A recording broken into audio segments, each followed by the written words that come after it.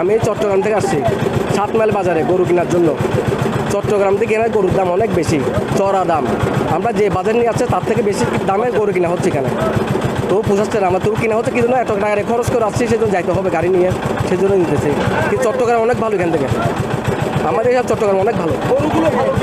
গরুগুলো ঠিক আছে, গরু সব থেকে ভালো। টাকা হলো ভালো হলে গরু ভালো। এখন তো গরু ভালো হবে, টাকা দিক থেকেও দেখতে হবে, ঠিক আছে। টাকা দিয়ে না নিলে আমি পৌঁছাতে পারবো না। আমার যদি টাকা, আমি যদি গরু যদি কিনতে না পারি, জিততে না পারি, বেচতে জিততে পারবো? টাকা কি গরু কিনে জিততে হবে আমার থেকে? প্রচুর গরু, হাটে জায়গা নেই, গরু আর গরু কোনো লোয়ার জায়গা নেই যে এটা গরু বাঁধবো বাবা, এই জায়গা কোনো তাই পাচ্ছি না। খড়ের দাম বেশি, ভুসির দাম বেশি, খুদির দাম বেশি, এই হচ্ছে বিরাট সব কিছুর দাম বেশি দিতে আমার 30,000 40,000 টাকা পিসির লসের দাম চাচ্ছে। এই আমরা কাঁদতে ছাড়বো বলো?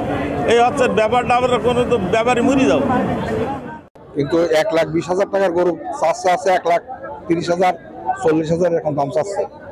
আর গরুর বাজার ঠিকই আছে বুঝতে, কিন্তু দাম ছাড়ছে না। এখন বাজার দেখা যাচ্ছে সময় বাড়বে, একটা দেখা যাচ্ছে সময় গরু নেই, বুঝছেন। এখন 4-5টার সময় গরুর দাম কমে যাবে, তখন গরু কিনা যাবে।